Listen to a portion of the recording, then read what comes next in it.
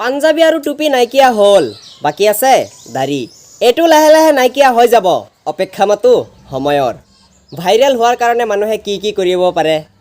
হুকুৰ আলীও কিন্তু আমাৰ সকলোৰে জনপ্ৰিয় হৈছিল অদ্ভুত ইংলিছ কৈ। He is the non-Modi, he is a politics.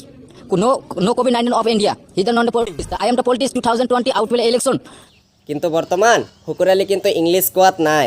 হুকুৰ Ali film ইণ্ডাষ্ট্ৰীৰ villain হৈ গ'ল। এতিয়া আহোঁ মূল টপিকলৈ। এইজনকতো আৰু আপোনালোকক পৰিচয় কৰাই দিব নালাগে। এইজন হৈছে আমাৰ অসমৰ এজন ভণ্ড মোল্লা। এইজনে আকৌ হুকুৰ আলীৰ নিচিনা উল্টা পুল্টা হাদিছ কৈ ছ'চিয়েল মিডিয়াত সকলোৰে জনপ্ৰিয় হ'ব বিচাৰি আছিল যদিও এতিয়ালৈকে ভাইৰেল হ'ব পৰা নাই। নিজে খ্ৰীষ্টানৰ ৰূপ লৈ আছে, আকৌ মুছলমানক জ্ঞান দিবলৈ আহিছে। পোনপ্ৰথমে এইজন বণ্ড মোল্লাৰ মুখৰ ভাষ্য আপোনালোকক শুনাই ল'ম, তাৰপিছত মোৰ ভিডিঅ'টো আৰম্ভ কৰিম।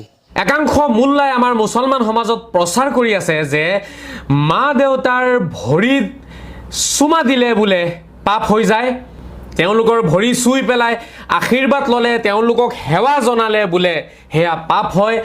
এতিয়া তয়ে কচোন, অসমত কোনজন মোল্লাই কৈছে যে মাক দেউতাকৰ ভৰিত চুই সেৱা ল'ব নোৱাৰিব? কোনজন মোল্লাই কৈছে? প্ৰমাণ আছে তোৰ হাতত? প্ৰমাণ দেখুৱাব পাৰিবি তই? মুছলমানত বাধা দিয়া হৈছে হিৰিক আৰু বিদাতবোৰত, যিবোৰ এতিয়ালৈকে মানুহে পুণ্য হিচাপে ভাবে। যেনেকুৱা দেখ, পীৰৰ সন্মুখত গৈ সিজদা দিয়া, পীৰৰ ভৰিত চুমা দিয়া, এইবিলাকত মুছলমানে নাকচ কৰে। ক'ৰ কথা তই ক'ত নি ফিট কৰি আছ? মাক দেউতাকৰ ভৰিত ল'ৰা ছোৱালীৰ বেহেষ্ট হয়। এতিয়া মাক দেউতাকৰ আশীৰ্বাদ অবিহনে কোনো ল'ৰা ছোৱালী জিন্দগীত কামিয়াব হ'ব নোৱাৰে। এইটো মোল্লাসকলে ভালকৈ জানে। এইটো জনাৰ পিছতো মোল্লাসকলে ক'ব নেকি যে মাক দেউতাকৰ ভৰিত চুই সেৱা কৰিব নোৱাৰিব বুলি? তই মেণ্টেল নেকি বে? হাদিছ দেখুওৱা। তই যে ক'লি মাক দেউতাকৰ ভৰিত চুই সেৱা কৰিব নোৱাৰিব বুলি অসমত মোল্লা সমাজে কৈ আছে, এতিয়া তই কি হাদিছ লৈ আহিছ কচোন?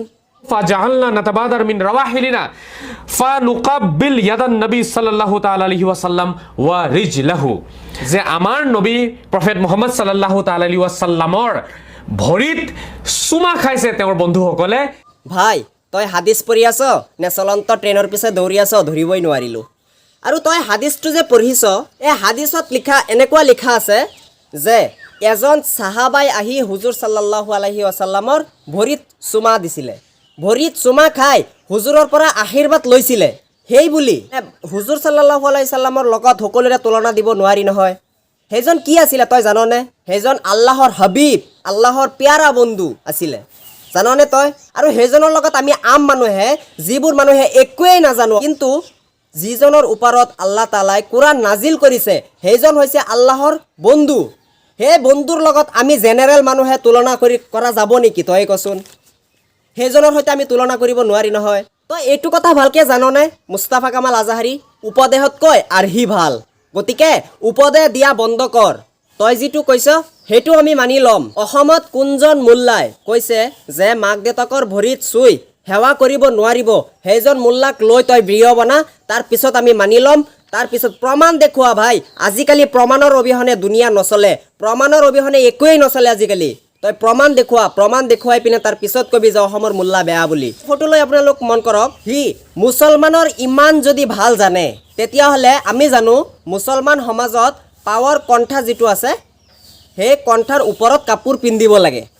মুছলমান সমাজত এনেকুৱা নিয়ম আছে, ভৰিৰ কণ্ঠাৰ ওপৰত আপোনাৰ কাপোৰ পিন্ধিব লাগিব। তো এইটো আপোনালোকে ফটোখনত লক্ষ্য কৰক, এইজনে যে কাপোৰ পিন্ধিছে কণ্ঠাৰ ওপৰত গৈছে নে তলত গৈছে? তাৰমানে এইটোৱেই প্ৰমাণ হৈ গ'ল ই মুছলমানৰ বিষয়ে একোৱেই নাজানে। বাছ সি মানে কিবা এটা সন্মুখত কিবা এটা ইলেকশ্যনৰ কিবা আইডিয়া আছে, নহ'লে বেলেগ কিবা তেওঁৰ আইডিয়া আছে ছ'চিয়েল মিডিয়াত ভাইৰেল হোৱাৰ কাৰণে, বুজিছে? এনেকুৱা মন্তব্য লৈ আহি থাকে। তো গতিকে এনেকুৱা মন্তব্যৰ পিছে আপোনালোকে নাযাব। এনেকুৱা কথা লৈ আহে যাৰ কোনো প্ৰমাণ নাই, যাৰ কোনো দলিল নাই।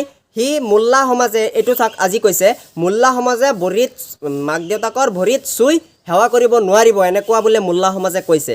ক'ত কৈছে? আমিতো প্ৰমাণেই পোৱা নাই, আমি এতিয়ালৈকে দেখা নাই। মোল্লা সমাজে এইটো কথা কেতিয়াও নকয়।